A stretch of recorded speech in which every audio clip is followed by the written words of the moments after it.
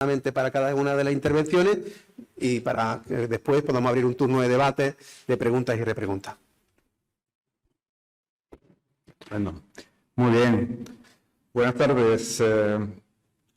Bueno, antes que nada agradecerle a Antonio el invitarme a participar en esta mesa y bueno, pues yo espero, ¿no?, que de este espacio pues podamos salir con algunas ideas más claras y sobre todo yo creo que es una cuestión fundamental que él ha apuntado Antonio en su intervención, en trasladar los debates y las reflexiones a la acción, que yo creo que es lo fundamental.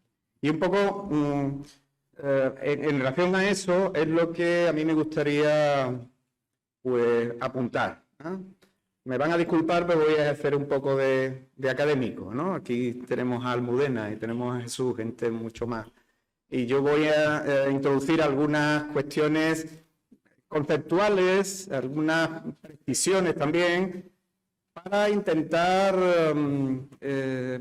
poner, ¿no?, bases que nos permitan, ¿no?, caminar con una cierta consistencia. Porque efectivamente, si hablamos de cultura, si hablamos de identidad, bueno, pues la confusión suele ser algo bastante frecuente, diríamos, ¿no?, que se utilizan los términos para cuestiones muy diferentes, que se contraponen o se subsumen, y creo que es importante ser riguroso, diríamos, ¿no? Sobre todo, insisto, porque eso puede no tener claras las ideas y, digamos, trabajar sobre prejuicios puede incidir negativamente, ¿no?, en la acción, que es lo que creo que en esta perspectiva, ¿no?, que apuntaba Antonio, pues es lo que nos debería de mover, ¿no?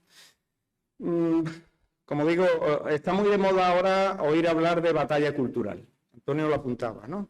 Y cuando se habla de batalla cultural, ¿a qué se está haciendo referencia? Generalmente se está haciendo referencia a una contraposición de valores, es una dimensión o una acepción ideológica de la palabra cultura, ¿no?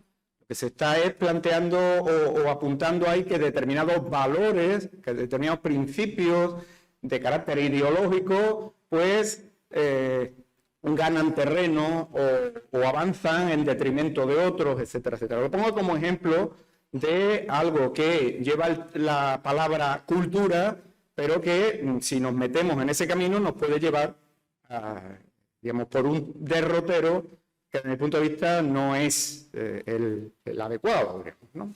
Por eso digo que creo que es, a riesgo de ser un poco, como diría yo, no, aburrido, pues es importante establecer algunas precisiones terminológicas sobre todo, ¿no? En ese sentido, creo que lo primero que tendríamos que tener claro es que cuando se utiliza el término cultura hay una infinidad, digamos, ¿no?, de acepciones o de utilizaciones o de significaciones que se le da a ese término, digamos, ¿no? Con cultura, por ejemplo, se hace referencia con mucha frecuencia a lo que tiene que ver con la educación y la formación. Si esta persona es muy culta, tiene una gran formación, una formación muy, muy profunda, muy... bueno, esa es una dimensión, diríamos, ¿no?, una significación de ese término, pero que, como veremos luego, pues está, por lo menos es bastante diferente de otras, y la cuestión es hasta qué punto podemos articularla o no con las otras, ¿no?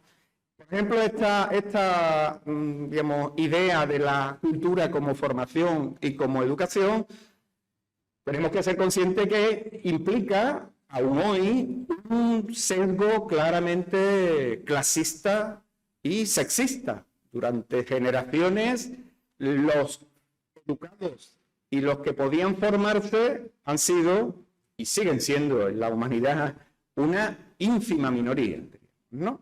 Por lo tanto, una persona culta, en ese sentido, es una persona que está o pertenece a una clase social, a una élite.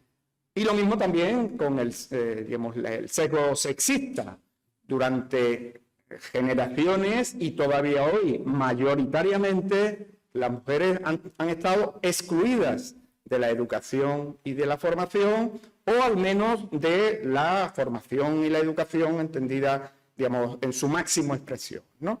Por lo tanto, bueno, y lo estamos viendo ahora estos días en Afganistán, por ejemplo, cómo se expulsa y se impide y se prohíbe a las niñas que vayan a la escuela, porque eso no es de niños, ¿no? Por lo tanto, digamos, esa idea de cultura como educación y formación, pues tiene unas limitaciones y tiene unas connotaciones que debemos de ser conscientes de la misma. También se habla y se utiliza el término cultura para hacer referencia a la producción artística, a la creación, diríamos, ¿no? Digamos que se vincula de alguna manera a como podríamos decir, un refinamiento intelectual, ¿no?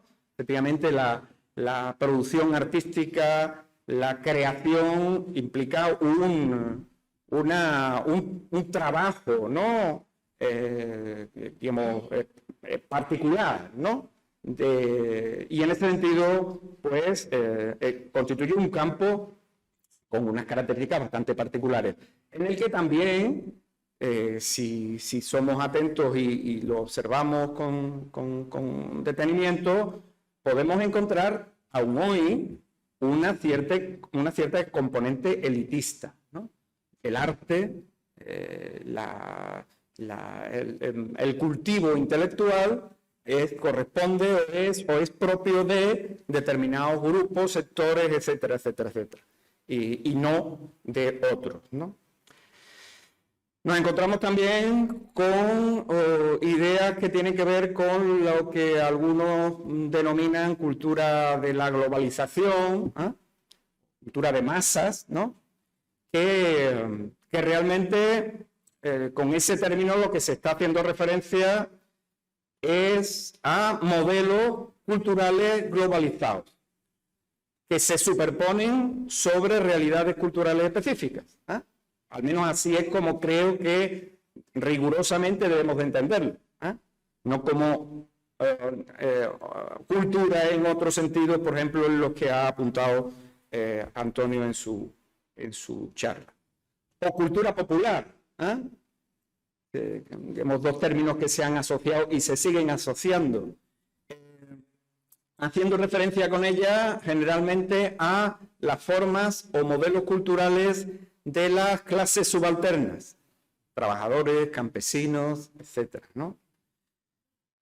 De una determinada sociedad, así que forman parte de una determinada sociedad, y por tanto también es un concepto que conlleva un matiz o un sesgo clasista, ¿no? Son las clases populares las que tienen una cultura específica que, bueno, pues a partir de ahí normalmente se entiende como inferior o por lo menos diferente a la alta cultura, a la cultura como formación, a la cultura como digamos, producción artística, etcétera, etcétera, ¿no?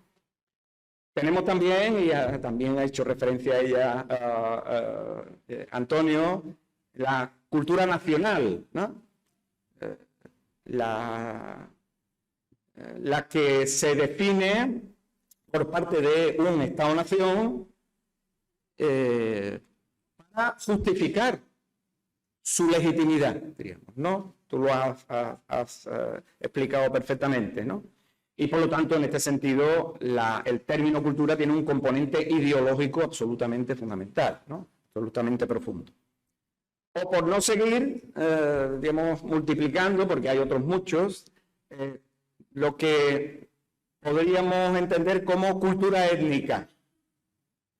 Es decir, la cultura que define la especificidad de los pueblos.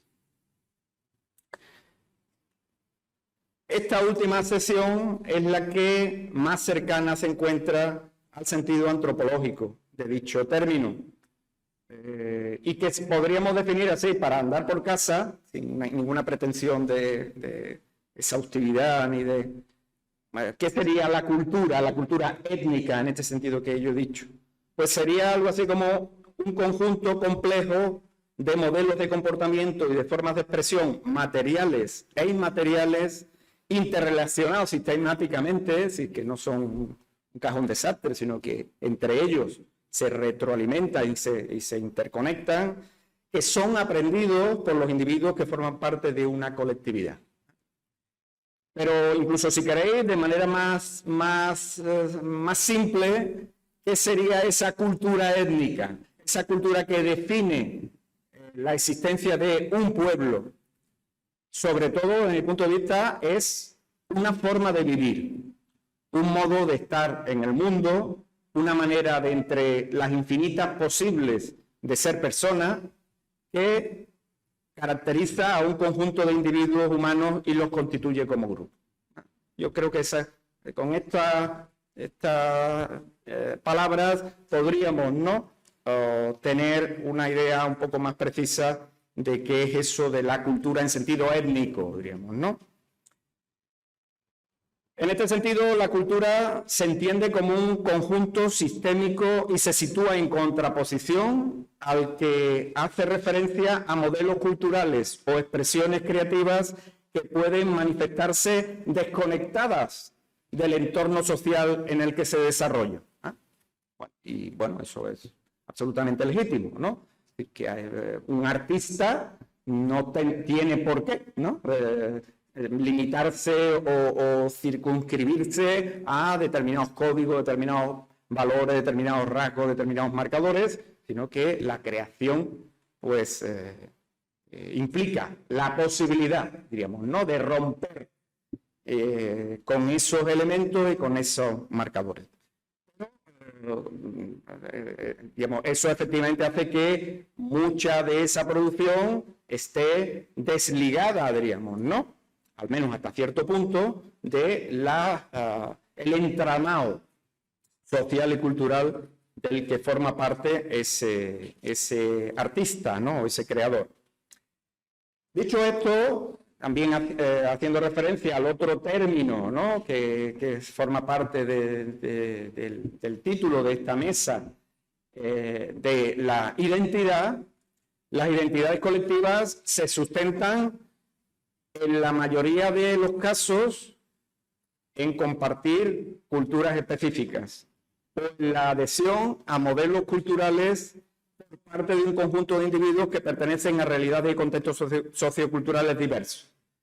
En el primer caso, bueno, he dicho en la mayoría de las partes, yo sería mucho más radical. Toda identidad es cultural. En los seres humanos no existe la identidad genética, sino que todo nuestro sentido de pertenencia se construye sobre la base y utilizando elementos, referencias, símbolos, valores culturales, digamos, ¿no? En el primer caso, estaríamos hablando de la identidad andaluza, o de la identidad escocesa, o de la identidad mundugumor. En el segundo caso, estaríamos hablando de digamos, identidades como la de ser vegano o ser ecologista, es decir, identidades colectivas que articulan, que permiten y que hacen que una serie de personas se sientan parte de un conjunto, pero que no están insertas en un entramado con otros muchos elementos y formas de expresión. Esta distinta fundamentación de las identidades colectivas conlleva significaciones y consecuencias diferentes, efectivamente, en todos los sentidos y particularmente, yo diría, en el político. Otra cuestión importante que me parece necesario subrayar y apuntar al menos, ¿no? Es decir, que frecuentemente se confunden o se mezclan, es, desde mi punto de vista, necesario diferenciar imagen de identidad. Crear una imagen no supone automáticamente crear una identidad. Las imágenes se producen, se crean, y aquí el tema del arte me parece que... Pero tenemos que ser conscientes de que la mera creación de una imagen no produce el sentido o el sentimiento de pertenencia, que es el que, como decíamos antes, define a la identidad y que se sustenta sobre la cultura. La identidad colectiva se construye sobre el sentido de pertenencia compartido por un grupo de personas sustentado en un conjunto cambiante y aleatorio de elementos, prácticas, símbolos y manifestaciones, todos ellos de carácter cultural, que son considerados por los miembros de dicho grupo como los que definen su especificidad como tal y lo diferencian de otros grupos. Esto es lo que en la terminología, en la jerga antropológica, sociológica, se denominan marcadores diacríticos de identidad, digamos, ¿no? Son elementos que son seleccionados por el grupo para sentirse y diferenciarse, ¿no? Por lo tanto, la identidad étnica debe entenderse como lo que es común a los integrantes de un pueblo, de un etnos. El conjunto de elementos culturales y situaciones y actitudes compartidas de manera diversa por los miembros como resultado de los procesos históricos-territoriales que configuran la formación económico-social que sustenta su existencia material y sociopolítica y lo definen como etnia. Es decir, que es a partir de todo ese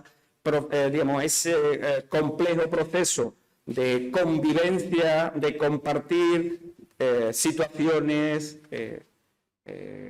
contextos, etcétera, etcétera, cómo se construyen las identidades étnicas. La cultura y la identidad andaluzas son las que constituyen lo que Blas Infante denominaba esencia y espíritu del ideal andaluz, la piedra angular del andalucismo. Desde una perspectiva soberanista, también aquí conectando con la ponencia de Antonio, son la cultura y la identidad étnicas las que dotan de fundamento como sujeto político a cualquier pueblo. En el caso del andalucismo, son la cultura y la identidad andaluzas las que otorgan ese carácter al pueblo andaluz y fundamentan la existencia de un proyecto nacional propio. Yo creo que aquí no habíamos hablado previamente, pero creo que fundamentalmente coincidimos con tu presentación. Por lo tanto, desde una perspectiva andalucista, es necesaria la conexión de las otras diferentes formas o dimensiones de la cultura, por lo menos es lo que yo entiendo, y esto ya es una propuesta para la acción.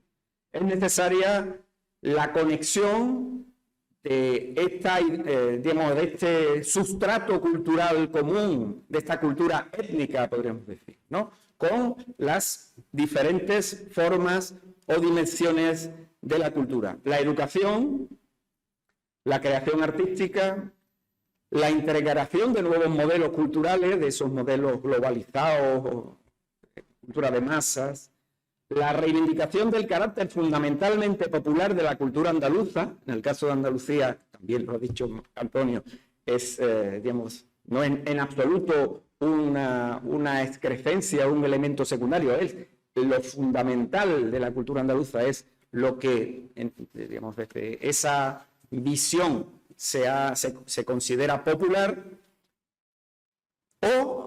y la defensa de la cultura andaluza frente a su manipulación e instrumentalización por esa cultura nacional española, que también se ha hecho referencia, ¿no?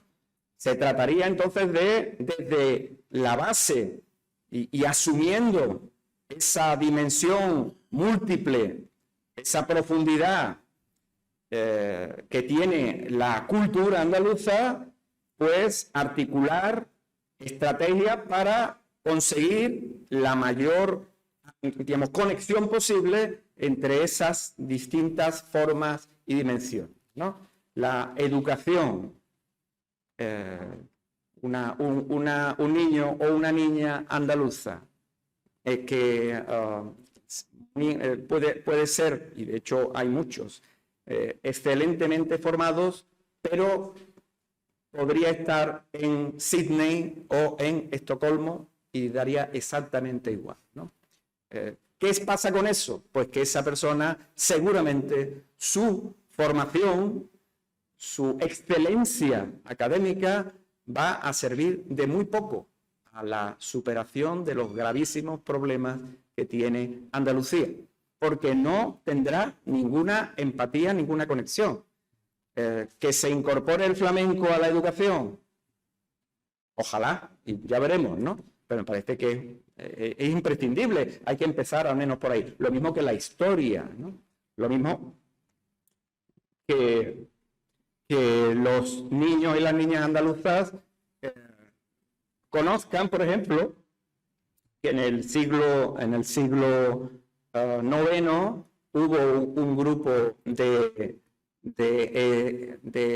exiliados cordobeses que llegaron a constituir un emirato en la isla de Creta, lo cual, digamos, en otros pueblos serían elementos absolutamente, digamos, memorables, diríamos, ¿no?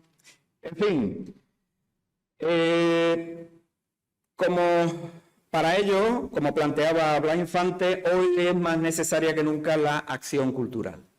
La labor pedagógica, como él la denominaba, como componente fundamental de la lucha andalucista por lograr esa Andalucía libre que es la aspiración que proclama nuestro himno. Y yo lo dejo porque ya me he pasado aquí un poco más de la cuenta. Gracias.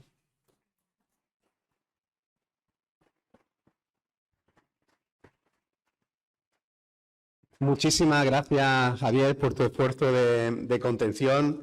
Que no te preocupes, que cuando llegue el turno de palabras, preguntas y repreguntas, tendrás oportunidad para aclarar y matizar y contar mucho más de esta revolución de Secunda del siglo IX, ¿no? Tan importante en Córdoba, o de otras revoluciones que hemos protagonizado los andaluces. A continuación va a intervenir Almudena Castillejo, artista plástica y responsable del colectivo andalucista Algazara. Tienes la palabra, Almudena.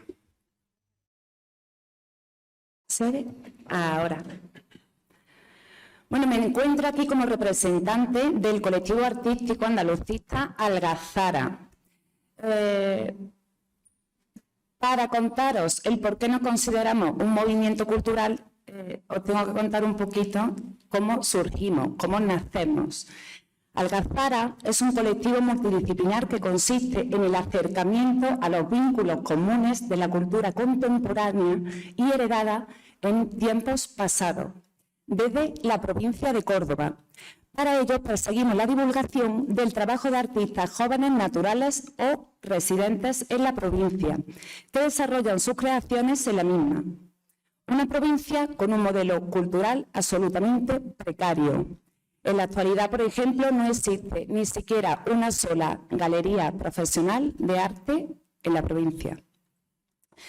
Pero, ¿qué significa Algazara? Según la definición de la Real Academia de la Lengua Española, es una palabra con origen en el árabe clásico gazara, que significaba abundancia. Encontramos dos acepciones de la palabra Algazara. ¿Me escucháis bien? ¿Sí? ¿Se escucha bien?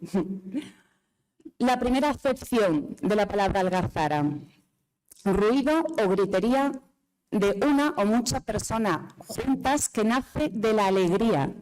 Ahí tenéis la diferencia con la palabra algarabía, que también es una palabra bellísima, pero la algarabía puede venir desde la alegría o de una discusión.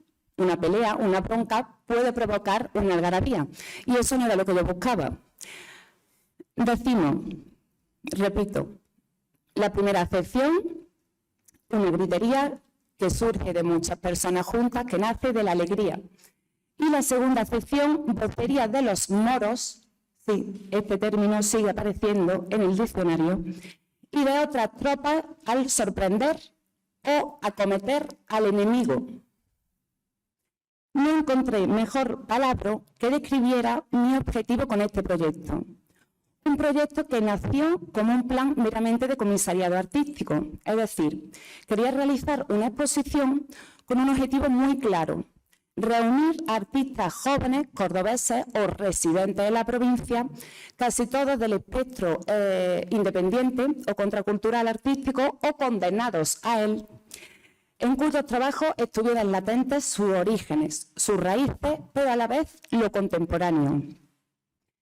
No puedo negar que este proyecto naciera de mi enfado e inconformidad con la situación que vamos arrastrando hasta la actualidad por el estigma o sanbenitos que se nos estipulan por el hecho de ser andaluces, a lo que se le suma una adopción y uso de elementos propios de nuestra comunidad. Antes hemos estado hablando con Antonio Manuel cómo nuestra cultura es la cultura del mestizaje. Por lo tanto, ¿podemos acusar de apropiación cultural? ¿Es una apropiación cultural? Sí, entiendo que es inevitable cuando múltiples culturas se juntan debido a nuestra historia y antropología. La problemática es que algunos de nuestros elementos culturales están comenzando a ser reducidos a modas. Somos una generación que ha crecido a la par con fuertes influencias foráneas, sobre todo, por ejemplo, de la cultura americana, de la cultura inglesa, y con las más arraigadas tradiciones y las afrentas sobre las mismas. A excepción de comunidades muy herméticas, esas influencias extranjeras y ataques constantes hacia lo que consideramos nuestro han sido tan fuertes y profundos que hasta en una visión muy localista, como puede ser una pandilla de un barrio tradicional cordobés, pues se vestía imitando a los ídolos del hip hop. Llevábamos el pantalón caído, enseñábamos nuestra ropa interior, llevábamos rastas sin saber los orígenes del por qué se llevaba el pantalón caído o los orígenes religiosos de unas rastas, por ejemplo. El famoso lema del movimiento punk inglés de "no hay futuro" nos representaba cuando oíamos a nuestros padres decir: apunta a la niña de Alparo que vaya cogiendo antigüedad. Somos hijos de la crisis también. Y así crecimos. Y incluso esos amigos, que yo fui la primera en llevar también el pantalón ancho y en intentar mis poemas adaptarlos al rap.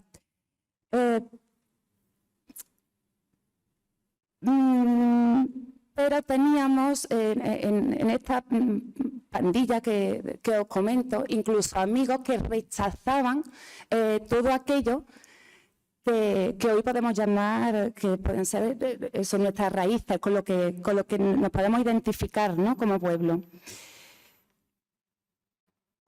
El pero también está en cuando se le agrega la coyuntura global y no solo de nuestra comunidad. Me explico.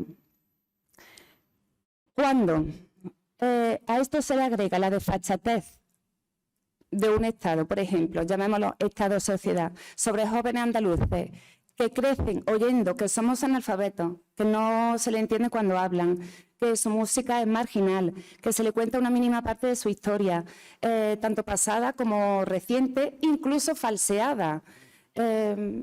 Nunca llegábamos, por lo menos en mi caso y en los que me rodean, casualmente nunca llegábamos a la guerra civil, nunca daba tiempo. Siempre nos quedábamos, empezábamos todos los años, parecía que pasábamos con la prehistoria, pero nunca llegábamos, por ejemplo, ¿no?, a la guerra civil. La inconformidad a la hora de hacerte adulto se incrementa, porque convivíamos con el miedo de poder expresarnos con libertad. Y me voy a decir, ¿de verdad? ¿Con 30 años, 25 años y tenéis miedo? Pues mira, por ejemplo, mi madre murió hace un año y una de nuestras últimas conversaciones fue que a ella le daba miedo que mi nombre estuviese ligado a cierto movimiento político o cierto movimiento cultural, porque no quería que mi nombre desapareciera en un papel gubernamental, administrativo, por lo que pudiera pasar. Estamos hablando que mi madre es una niña de la posguerra, pero a estas alturas, ¿no?, es súper curioso la herencia del miedo. Nos condenaban a no identificarnos, a movernos en dos aguas, sin una dirección aparente, porque simplemente nos sentíamos, incluso muchos de nosotros, sin ser conscientes de ello, fuera de lugar en nuestra propia casa. Desde niños aprendimos a defendernos ante las afrentas. Una de las defensas más frecuentes a la que solemos recurrir es acudir a nombres de ilustres de nuestra cultura, ¿no? ¿Cómo se nos va a llamar analfabetos si está en la tierra de tan ilustres filósofos, poetas, escritores, artistas, músicos? Qué cansancio, de verdad, no estáis cansados y cansadas de defendernos siempre por lo que fuimos. Y cuando toda la vida te han dicho que valen menos y de repente ves que te imitan a ti, te indigna. Y la cabeza no acepta. Y son foráneos a lo que se le ha permitido hacer cool elementos absolutamente andaluces. Por ejemplo, en un videoclip. Como artistas nos llama la atención que actualmente parte de ese estado sociedad utilice en su construcción identitaria parte de nuestra cultura como la marca España. Yo quiero vender a España fuera, esa marca España, para atraer culturalmente al foráneo a el Estado, y utilizan parte de nuestra identidad. Y lo curioso es que dentro del mismo país se nos infamia. Se me eriza el pelo cuando llego a comprobar que una cantante que se hace internacionalmente conocida imita hasta nuestro propio acento cuando canta. Y el enfado se hace indignación, porque son infinitos los casos en la actualidad en los que prima la desfachatez de no considerar ni reconocer siquiera nuestra exquisita historia. Una historia y un sentir diferente, que nos corre por las venas por más que nos guste el rock, el dadaísmo, el fluxus, el arte urbano, el minimalismo, la abstracción, como si comemos comida oriental. Porque tuvimos la suerte de llegar a casa y que tu madre modista estuviera cantando una bulería mientras cosía un traje de Faralae. O sonando rock en la radio no pudiera evitar llevar el ritmo de la batería con las palmas. O que en la planta de arriba de tu piso, o hablo de, yo soy nacida en ciudad, en Barrio Obrero, arriba había un taller clandestino de orfebrería. O quería quedar con otro vecino, con mi amigo Rubén, un viernes, y Rubén no podía quedar porque tenía que ir a Barea Oliver con su familia. Os podría estar horas hablando de estas mixturas de una infancia y adolescencia durante... yo creo que una conferencia solo para esto, ¿no? De alguien eso, nacida en una ciudad, porque las confluencias del joven nacido en el ámbito rural nos darían también paradía y son completamente también diferentes. Pues desde aquí ruge, desde nuestro estómago, el grito de algazara, porque no solo queremos seguir defendiéndonos por lo que fuimos, además, queremos plantarnos en un esto es lo que somos ahora, porque el arte andaluz es vanguardia. Con esta declaración absoluta de intenciones, me doy cuenta de que gracias a todos estos años de crecimiento con la inquietud en buscarnos y en la valentía de alzarse en armas, nos hemos encontrado como personas y hemos nacido como artistas. Y lo mejor de todo, que no soy la única, que otros muchísimos compañeros y compañeras tienen mi sentir. Y ese ha sido camino. Personas que se reconocen en Andalucía, artistas y familia. Y la construcción de una familia, que es lo que estamos consiguiendo.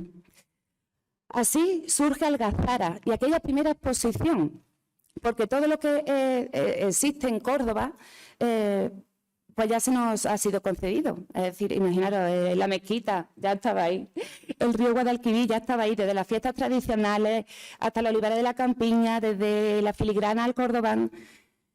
Esa añoranza de lo que fuimos, con esa incertidumbre en los labios cuando se cita su nombre. Mirad, había una taberna a la que me solían llevar mis padres de pequeña. Todas las cosas importantes se celebraban siempre en esa taberna, que cuando entrabas en el hall de la taberna había escrito: poco es para una ciudad como Córdoba que se la llore con lágrimas de sangre. No encuentro mejor ejemplo. Hasta ya adulta no me paré a reflexionar que había crecido con una melancolía, con una tristeza, con ese miedo del que he hablado, si digo esto, que soy la cateta, si hago esto, no soy la moderna, si hago esto, ¿qué me van a decir? Y la pena de siempre de ser menos, y con esa añoranza de lo que fuimos, y parece que nunca va a volver a llegar. El mensaje de nuestra primera exposición fue tan bien recibido que comenzaron a hablar de nosotros como un movimiento y nos dimos cuenta que no solo nosotras y nosotras necesitábamos expresar todo ese sentir que llevamos dentro, sino que el pueblo culturalmente también lo necesita y necesita mirarse al espejo y reconocerse y recordar, sobre todo recordar. De ahí que nos hemos conformado como un colectivo. No somos una asociación, no somos para nada ni una empresa, nos consideramos un movimiento. Todos los artistas pertenecientes a Algazara están avalados profesionalmente con un amplio currículum o académico o profesional. Con esto me refiero a, no quiero ser absolutamente como antes estaba hablando Javier, en ese sentido clasista, ¿no? Hace diferencia del que ha estudiado, ¿no? Porque es simplemente o profesional o académico en lo referente que no somos artistas amateur. Nuestras raíces, lo que nos une, son que nuestras raíces están latentes ya sea por las técnicas utilizadas o por las temáticas a trabajar. Nuestros trabajos son el ejemplo, no diríamos de modernidad, no nos consideramos modernos, sino evolución. Nos gusta mucho identificarnos y expresarlo con esa frase. No nos consideramos modernidad, nos consideramos una evolución. Nuestros orígenes y culturas nos es imposible de ser amputadas de nuestro imaginario como artistas. Son el resultado de una mezcla dinámica y enriquecedora de raíces y contemporaneidad. Somos Andalucía, conocedores y orgullosos de nuestra historia. En la actualidad somos 19 miembros, entre los que se encuentran artistas plásticos, ilustradores, fotógrafos, artesanos, poetas, tatuadores, historiadores del arte. Somos una comunidad que quiere defender y exponer sin complejos nuestra provincia, nuestros dialectos, acentos, caracteres o formas de enfrentar la vida. Deseamos dejar de mirar a Andalucía, a Córdoba, con añoranza y con incertidumbre. No consiste en un folclore superficial. Tenemos un sentimiento común y profundo de conciencia en nuestro trabajo, que de una forma u otra, a veces de manera más abstracta y otras más implícita, pone en valor, reivindicando y defendiendo símbolos y señas culturales que nos hace sentirnos una familia y nos permite la creación de sinergias muy enriquecedoras. Pues esos lazos de unión nos hacen eliminar cualquier tipo de competencia. Este también es uno de nuestros mensajes más importantes. Queremos crear sinergia, no competencia.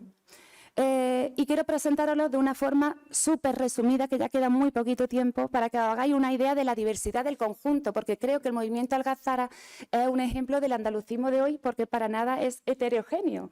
Entonces, pues mira, encontraréis entre nuestro grupo a artistas como Clara Gómez Campos, en la cual puedo destacar que trabaja iconos contemporáneos de nuestro imaginario, como son la comida, la publicidad.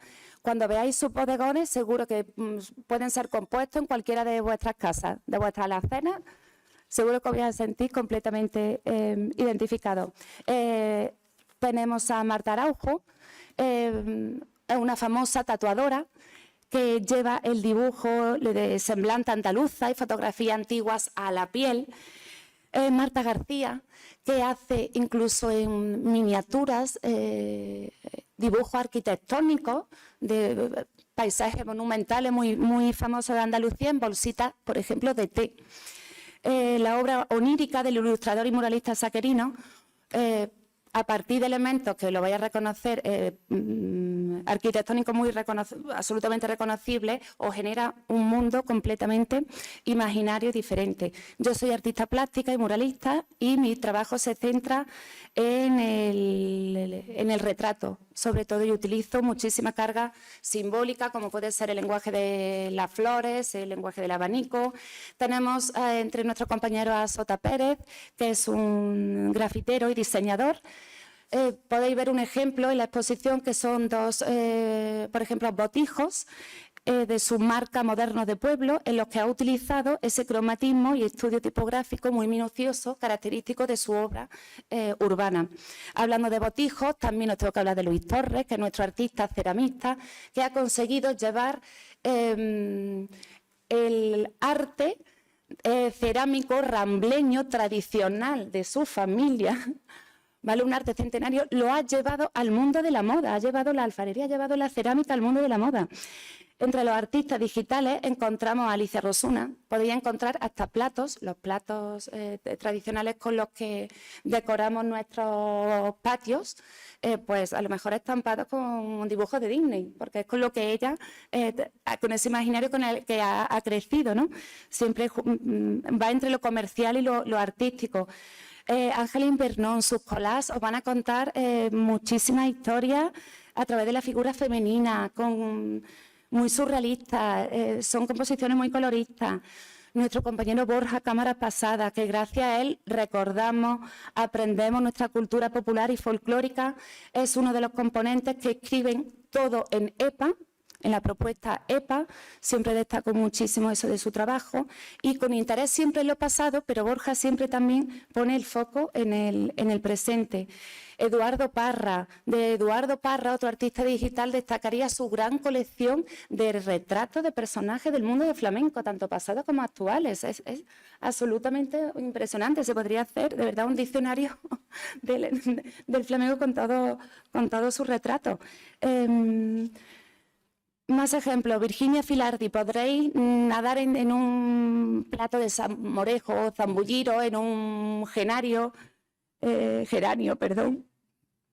Quiero ir tan deprisa y contar tantas cosas que gracias a la escuela de esta diseñadora, ¿no? Pues es el ejemplo del menos es más. Bueno, y me queda ya, pues, Salvaje, que también se encuentra aquí con nosotros y nosotras, que cada lazo de sus orígenes son fuerte inspiración para él, interpreta obras clásicas. También lo vais a ver abajo, luego abajo si queréis os cuento un poquito más sobre mi compañero, Julio Muñoz, que es historiador del arte, que reinterpreta obras clásicas, pero actualizándolas, llevándolas al hoy, y nuestra compañera Ángela Laguna, que si queréis descubrir el patrimonio de una manera súper divertida y llana, os invito a que la conozcáis. Es conocida por el seudónimo Pérez Andaluza, seguidla por las redes. Sus rutas turísticas son hasta de verdad divertidas para todos los públicos. Y Rafa Ríos es otro ejemplo. Lo siento, Antonio Manuel, es que no me puedo dejar a ninguno. Perdón. Es que no me puedo dejar a ninguno porque es que todos son esenciales, perdón. Rafa Ríos, que es nuestro fotógrafo, que es súper interesante también porque su intención es generar un discurso reivindicativo, por ejemplo, generar nuevos modelos de masculinidad, pero lo hace a través del folclore. Tenéis que verlo, ¿vale? Tenéis que verlo. Y hablando de fotografía, por último ya tengo que citar a Carmen Pérez Cuello y al niño Rubén. Carmen Pérez, nuestra poeta insigne, que con su libro, por ejemplo, el último publicado por el Grupo Cántico, se llama El Sillón, os recordará de verdad a las manos de vuestra abuela, os llevará absolutamente a la infancia, y ella traslada la poesía a un grado más de espectáculo. A veces no sabe si está cantando, recitando, pero nunca perdiendo su acento. Y el niño Rubén, considerado el creador del fagot flamenco, que ahora mismo es uno de los músicos más transgresores, inspiradores del panorama musical dentro del flamenco, y el que se va a encargar en el futuro de ampliar, de coordinar esta parte de Algazara de la que tiene todavía que crecer, que es la parte poético-musical, que es la que tenemos todavía más huérfana. Como veis, somos casi todos artistas plásticos, y será el niño Rubén el que se encargará de ampliar en el futuro esta parte poético-musical. Muchísimas gracias por escucharme. y ya.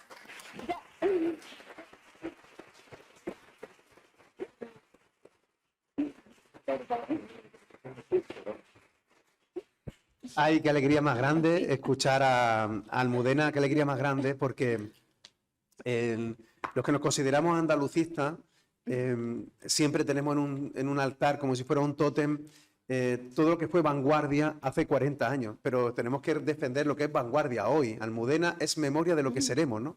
Y esa es la clave, ¿no? Ella representa en carne y hueso y su colectivo el movimiento andalucista que está por todas partes y que va a diseccionar a partir de ahora a Jesús Jurado, a quien concedo la palabra. Muchas gracias, Antonio. A ver, me cojo este, ¿no? Sí. Bueno, este llega bien. Uy. Ahora. Sí, vale. ¿Este mejor? Vale. Vale. Pues. Bueno, buenas tardes a todos. Voy a intentar ser un poquito, o sea, ser más o menos breve, pero sí que me gustaría. Sí que me gustaría. O sea, hemos estado hablando, ¿no?, toda la tarde de cuestiones como muy permanentes, ¿no?, como de esencias como inmanentes casi a la esencia andaluza, y sin embargo el congreso de este año se llama El Andalucismo Hoy, y creo que no es casual tampoco, en el sentido de que hay partes que permanecen, pero también una parte, digamos, cambiante, ¿no? Lo comentaba también Javier, que estos marcadores diacríticos son precisamente cambiantes con el tiempo. Y creo que una cosa importante también es fijarnos más allá de aquello que permanece y que podemos contarlo todos los años y que hace falta contarlo y que reproducirlo y contarlo una y otra vez. También tenemos que estar prestando atención, digamos, a cambios sustanciales que se han venido produciendo. Y concretamente, no se está proyectando, ¿no? ¿O sí? Vaya, hombre. Bueno, voy contándolo mientras. En el ordenador, a ver, no sé. Bueno. ¿Ahora sí? Vale. Vale. Bueno, como iba diciendo, desde hace un tiempo, desde unos años para acá, se viene hablando de, sobre todo en la esfera pública, ¿no?, en el ámbito mediático, en el ámbito político, de un nuevo andalucismo. Y cuando se habla de un nuevo andalucismo, muchas veces se hace un poco batiburrillo y se habla como de tres dimensiones claramente diferentes. En primer lugar, se refiere a un cierto clima, ¿no?, de opinión pública que ha descrito, por sucintamente, el director del Centro de Estudios Andaluces. Se refiere también muchas veces a iniciativas políticas que, aunque minoritarias, pues suponen, digamos, una ruptura, un cambio cualitativo con respecto a fuerzas andalucistas anteriores. Y en tercer lugar, se refiere también, como acaba de decir Antonio Manuel, en relación a la exposición de Almudena, a un movimiento cultural emergente o reciente, o que va a tener, digamos, cierta distinción con respecto a anteriores generaciones culturales andaluzas. Por tanto, lo que yo planteo, la necesidad, o por lo menos lo que yo he hecho, y lo creo que me parecía útil a este respecto, era utilizar un enfoque generacional a la hora de pensar, digamos, qué es lo que está cambiando en el andalucismo de hoy, qué está cambiando también en la identidad andaluza de hoy y qué está cambiando directamente en la Andalucía, propiamente la sociedad andaluza de hoy. Y bueno, eso, el enfoque generacional me parecía interesante. Hemos estado hablando de la cultura, hemos estado hablando de los pueblos. Las generaciones también comparten una ubicación temporal concreta, una serie de cohortes de nacimiento que yo he situado más o menos lo que viene conociéndose como la generación millennial a nivel global, ¿no? Y que en el caso andaluz creo que es importante, digamos, hacer una serie de matizaciones importantes, ¿no? Más o menos entre los 80 y los 2000, pongamos, la gente que nacimos entre los principios de los 80 y, digamos, el 2000, porque tampoco sé exactamente la gente que nació ya a partir de 2010 cómo será. Una exposición a una serie de elementos objetivos, de sucesos históricos concretos, yo que sé, la caída del muro de Berlín, las Torres Gemelas, Patatín Tanta, una parte objetiva, pero también una parte subjetiva, de conciencia generacional. Creo que eso también Almudena lo ha explicado, ¿no? Ha conectado, de hecho ha arrancado desde ahí. Digamos, nuestra generación ha tenido pam, pam, pam. Y creo que eso sí que está muy claramente subrayado en esta generación, digamos. Por tanto, hay una serie de...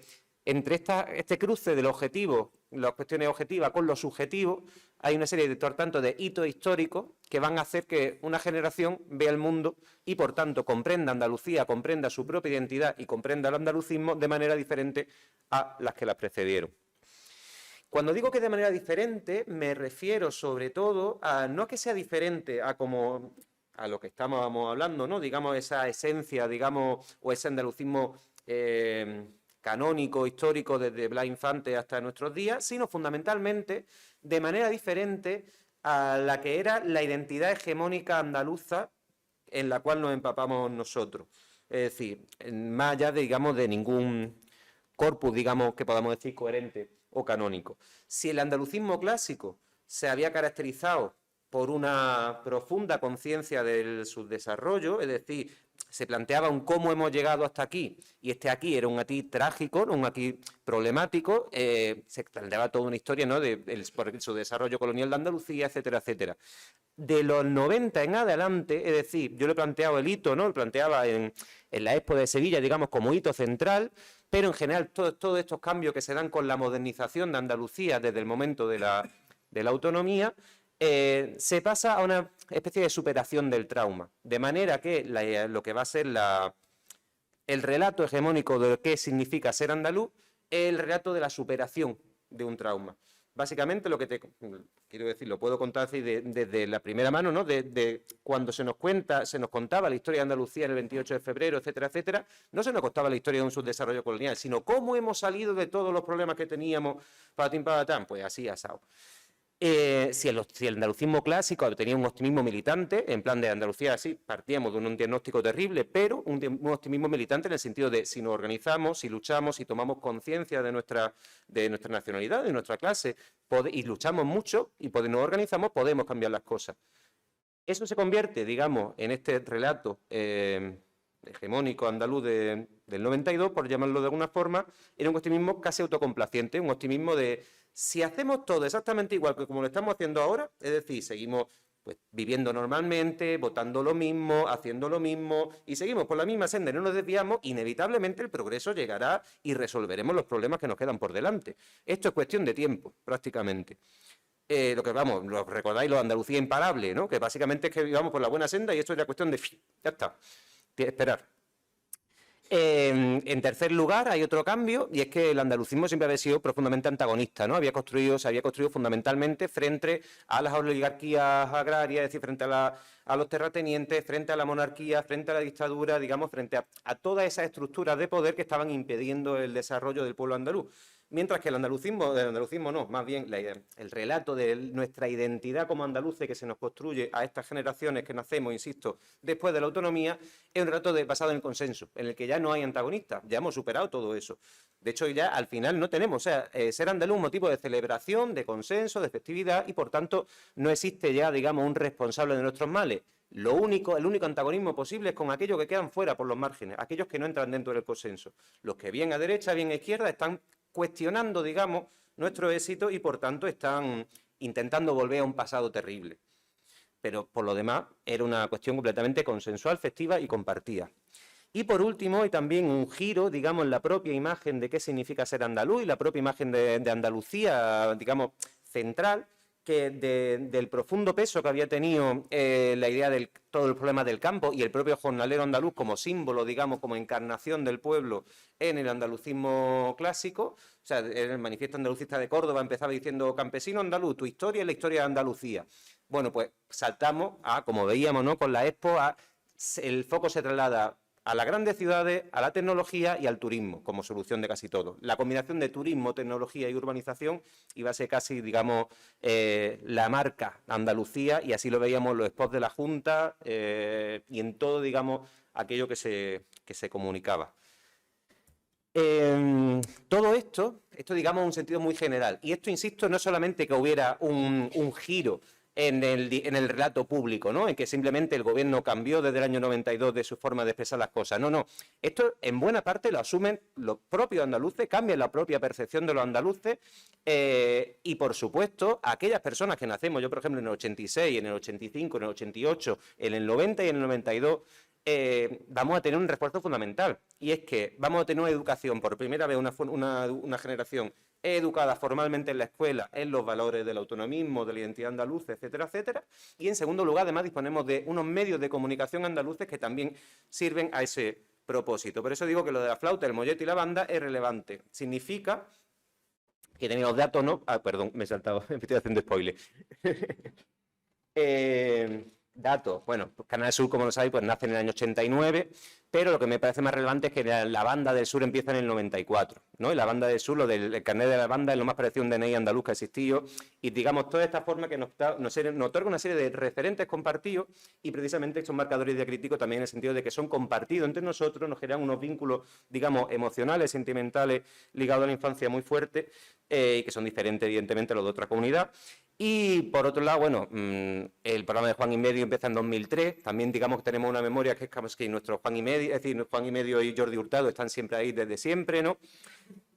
Todas esas cosas que lo combinamos con el tema de que precisamente en los mismos años, 90, 91, no encontré nunca la orden exacta, pero sé que fue más o menos con el despliegue de la LOSE, empieza la celebración del Día de Andalucía tal como la conocemos hoy, o sea, el desayuno de pan con aceite en todos los colegios, que siempre se había celebrado el Día de Andalucía en los colegios, pero a partir de ese momento se hace de una forma determinada, igual en todas las partes de Andalucía, que implica desde unos meses antes aprender a tocar el himno con la flauta, por supuesto aprender a cantar el himno, colorear dibujos de Blas Infante hasta, bueno, de todas las formas posibles, banderitas, todo un ritual que era pues el mejor día del año, básicamente, era el más divertido y además comíamos. Todo eso, digamos, como decía, nos da una serie de elementos comunes que no habían disfrutado las generaciones anteriores, pero que tenemos que tener en cuenta para mí un hecho fundamental.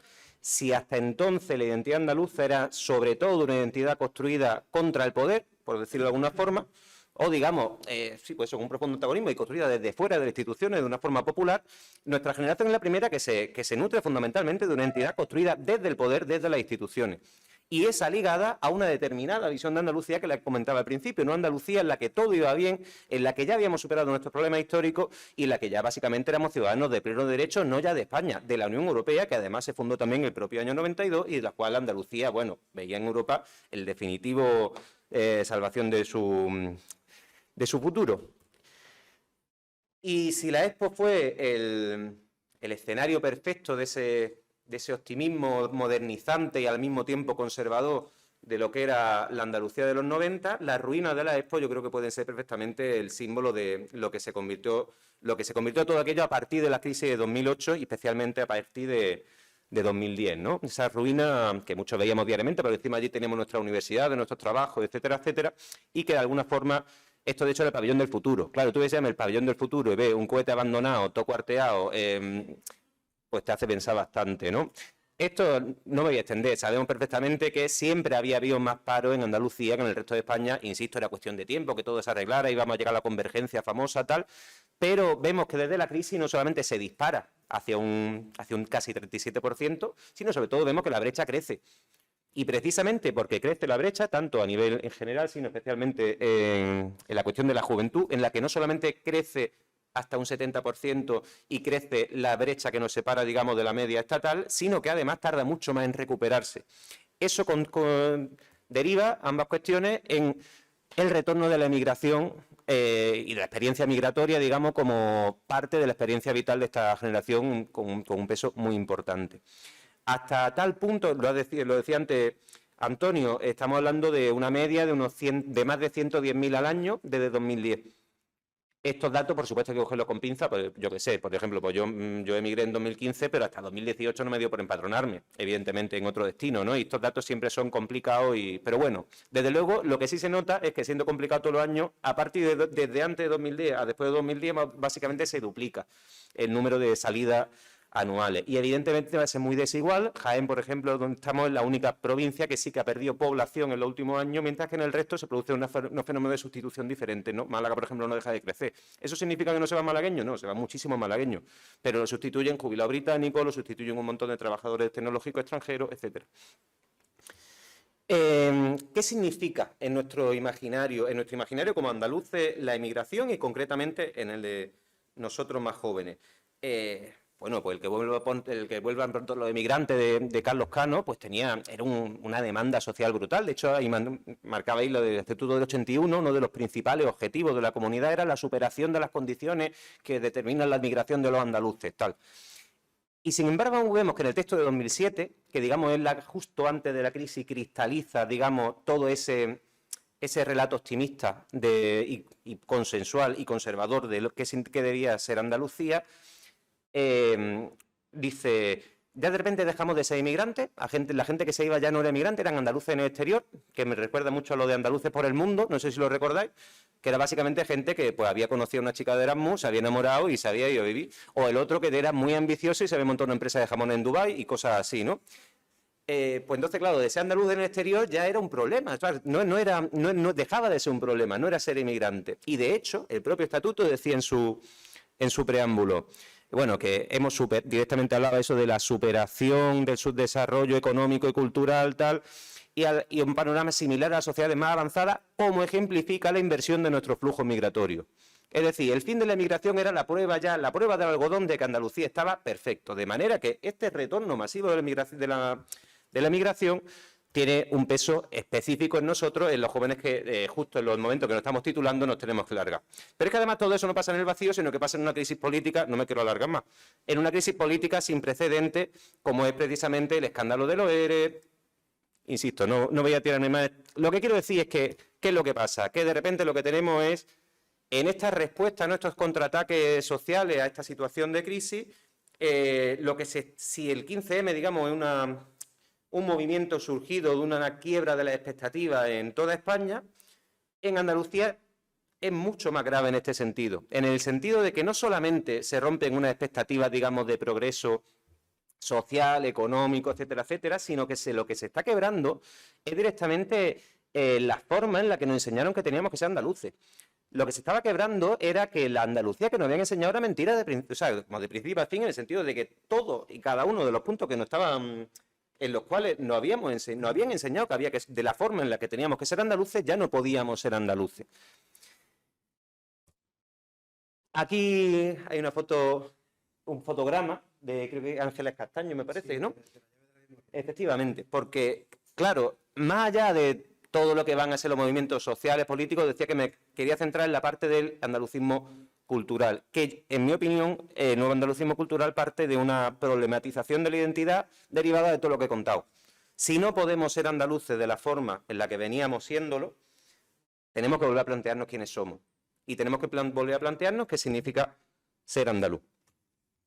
Por eso he planteado lo de justo, además, una cuestión importante. Me he saltado, o sea, solamente he puesto una foto ahí de las plazas, de la plaza de las Setas concretamente. Cuando hablo del nuevo andalucismo cultural me refiero, no sé en qué momento fundaríais vosotros el colectivo, ¿en qué año?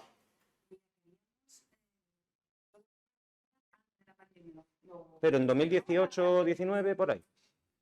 Claro, lo que digo, se habla muchas veces, no, es que el nuevo andalucismo solamente, de entre todas las muchas críticas, solamente está en redes sociales, no está en las calles, tal. Hay que tener en cuenta que no nacen en la cresta de las movilizaciones. Esas van a ser lógicas completamente diferentes las que la guían. Las movilizaciones, digamos, de 2011, 2014, por decirlo de alguna forma. Nace precisamente en el reflujo de las movilizaciones y una vez que además ha fracasado, digamos, el intento de asalto rápido de las instituciones por parte de Podemos. Viene después. Por tanto, no podemos como considerarlo, como enlazarlo, digamos, con la fase de movilizaciones, sino que viene precisamente también de una derrota social. Y 5 minutos, vale.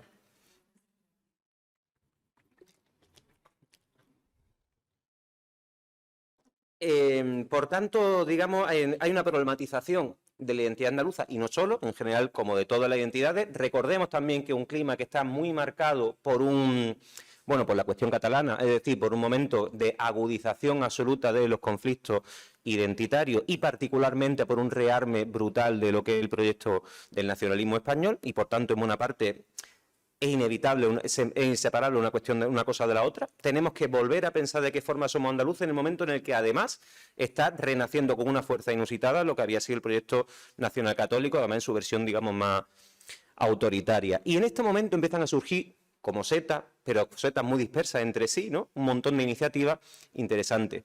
Entre ellas está el libro que creo que está ahí Juan, me parece, ¿no? Está ahí, sí lo he visto.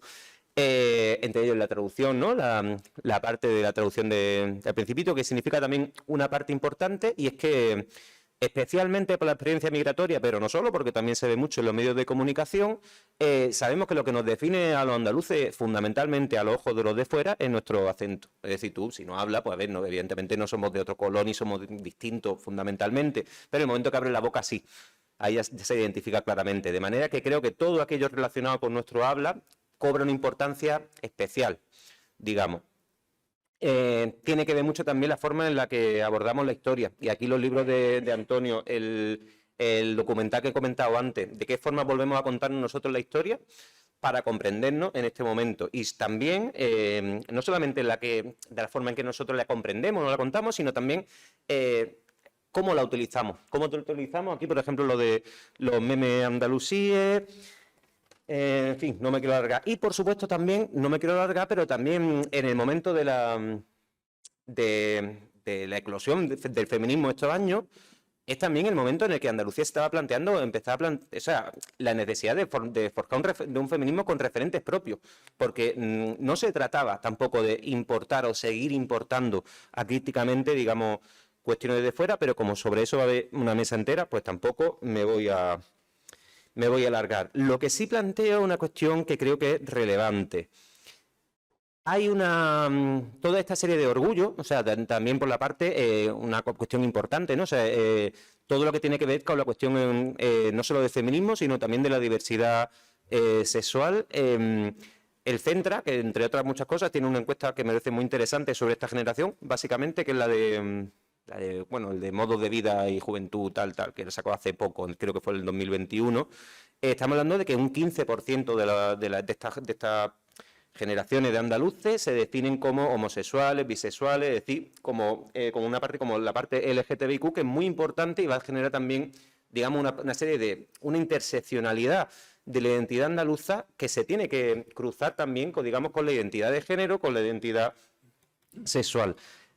Y todo esto por la parte, me refiero, de nosotros ya veníamos de, o sea, por decirlo, por intentar resumirlo más claramente, históricamente, me acuerdo de un texto concretamente de Pepe Aumente que plantea que al final lo que es la esencia del ser andaluz, al final, es el conflicto de clase. Básicamente hay una superposición casi perfecta entre el conflicto de clase y el ser andaluz, ¿no? Y que precisamente lo que nos define como ser andaluces es precisamente, bueno, pues nuestra posición, digamos, en una escala más socioeconómica. Pero claro, nosotros, en primer lugar, nos habían dicho que eso no era así. Nos habíamos criado como andaluces en una Andalucía sin conflicto. Sin conflicto en el sentido de que era una cuestión que estaba por encima de cualquier conflicto el ser andaluz, y para nosotros el ser andaluz estaba íntimamente ligado a una serie de rituales, digamos, que nos unificaban a todos casi por encima de la clase. Y en segundo lugar, una vez que estábamos experimentando que efectivamente ser andaluz se traduce en una serie de, bueno, pues que te condiciona profundamente, desde luego en el ámbito social y económico a futuro, eso no significaba que nosotros quisiéramos definirnos así. En ningún caso nos parecía interesante o no queremos, básicamente, que andaluz sea la forma más frecuente de ser pobre en España. Básicamente, si al final lo único que nos diferencia de un español es que nosotros somos como un español, digamos, de clase B, con menos derechos, menos cultura, menos ingresos, menos renta per cápita, menos esperanza de vida, así que orgullo vamos a generar, digamos, o qué autoestima colectiva tenemos para intentar transformar esta situación. Por eso planteo que, lo plantea siempre el Califato, ¿no? Los grupos del Califato 3x4, el paso, digamos, como la condición previa de cualquier proceso de transformación es, digamos, generar esa autoestima colectiva, ganar en orgullo, y precisamente por eso, pues toda esta iniciativa, pues desde Algazara hasta eso, un montón de iniciativas que surgen a lo largo de estos años.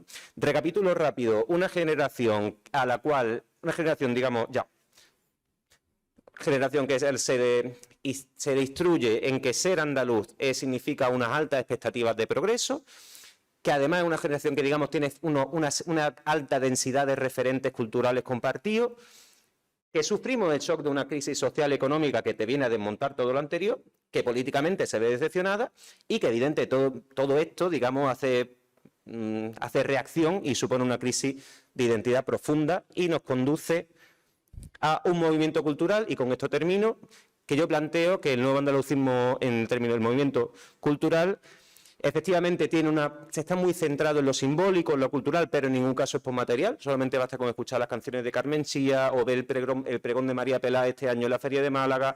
Tiene una profunda, digamos, preocupación por las denuncias sociales, por las condiciones sociales, pero eso no quita que estén muy preocupados, evidentemente, por todo lo cultural, desde la lengua hasta las tradiciones. En segundo lugar, inevitablemente es nostálgico, como casi cualquier expresión generacional de hoy día, no tanto nostalgia de una situación pasada, sino sobre todo un estado de ánimo pasado. No echamos de menos vivir como nuestros padres, echamos de menos tener, digamos, la visión del futuro que tenían nuestros padres. Queremos recuperar, digamos, una esperanza en el futuro que ahora mismo, evidentemente, no hay por dónde cogerlo. Reivindica la tradición, pero no el tradicionalismo. O sea, reivindica la Semana Santa, reivindica el flamenco, reivindica la forma de trabajar el barro, como decía Almudena, de que lo hacía tu bisabuelo, reivindica el puchero y reivindica un montón de cosas. Pero no tiene absolutamente nada que ver con otra nostalgia tradicionalista que hay en España, que es la de Ana Iris Simón y demás, que directamente es reaccionaria, porque directamente están idealizando un pasado en el que no había conflicto, porque no había inmigración, no había diversidad sexual y, digamos, estaba idealizando, digamos, una sociedad de franquismo en el mejor de los casos. Lo que plantea el nuevo andalucismo es reivindicar todo esto al tiempo que está, digamos, subvirtiéndolo. O sea, que básicamente entra, y aquí va enlazo con lo anterior, es vanguardista, pero no es contracultural. Cuando Proyecto Palio, por ejemplo, que son un grupo de activistas fundamentalmente LGTBI que participan de la Semana Santa, primero para reclamar su espacio que ellos quieren considerar como propia, la quieren transformar. O sea, participan activamente en aquello que quieren transformar. Cuando, por ejemplo, perdón que voy a tener que mirar el ejemplo antes ya de terminar.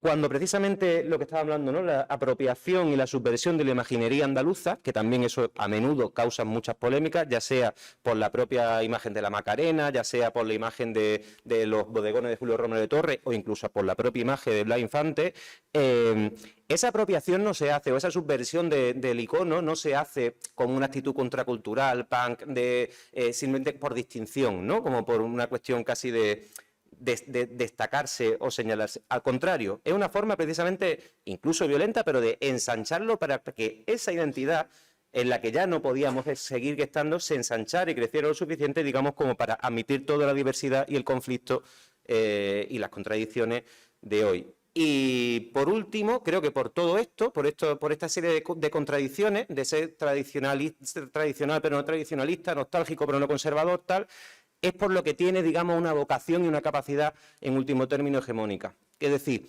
no desea ser una contracultura de una parte. Lo que intenta precisamente siempre reformular el conjunto, hablar en nombre del todo y, por tanto, no ser una parte minoritaria de Andalucía, sino lo que aspira a disputar el concepto en general de Andalucía, la propia identidad y el propio proyecto de país andaluz. Y nada más. Muchas gracias.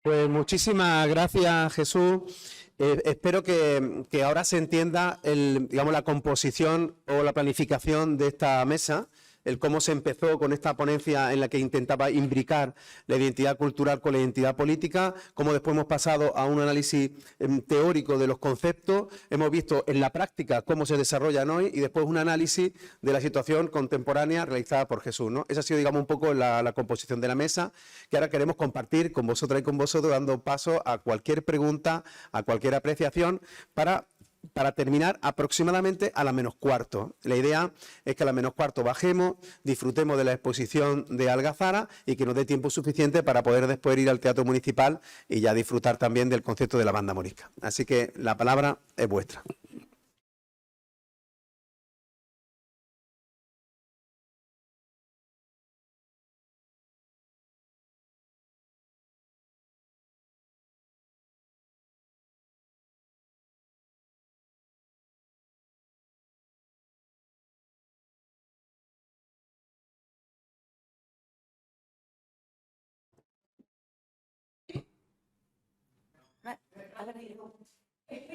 Yo soy de, como te he dicho, de arte plástica. Sí. Estoy jubilada.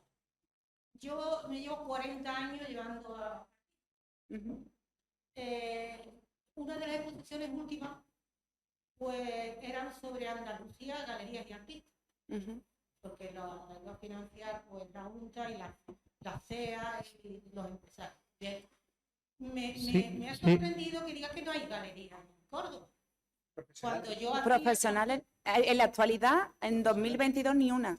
Sí. La última que cerró es Carmen del Campo. Perdona, te lo voy a terminar de explicar. Yo hice una exposición, como te he dicho, había 3 galerías, había mucho. Después una de ellas fue la que estuvo conmigo, que llevó una instalación un chico, que se llamaba Antonio, no me acuerdo el apellido porque hace mucho tiempo, no tengo ni el móvil aquí, me lo dejan en el hotel. Fantástica. Es más, ahora mismo la Fundación Botín está moviéndose muchísimo. Pero no es galería. No es galería, pero No es sigue galería. habiendo 2 galerías. Pero No, pública, no, privada. No, privada, yo siempre he trabajado con privada. Fundación Botín no es pública. No, eso sí, pero después hay privada. No, la última Carmen del Yo he Pero trabajado con la privada siempre. Pero la porque yo tenía última una es Carmen galería. del Campo que cerró. La última que es Carmen del Campo y cerró hace cuánto, un poquito Pues más ya, sí, ya hará casi 5 años que cerró Carmen del Campo. Antes de la pandemia. Sí, un poquito antes. Ya no existe. Que se muevan en un circuito profesional, Por no. eso te estoy preguntando porque me Ninguna. ha extrañado muchísimo. Es que me ha no- extrañado no, porque que yo se he mueva. trabajado muchísimo con Córdoba. Puede haber, yo puedo tener una, Sara, nosotros tenemos un amigo maravilloso.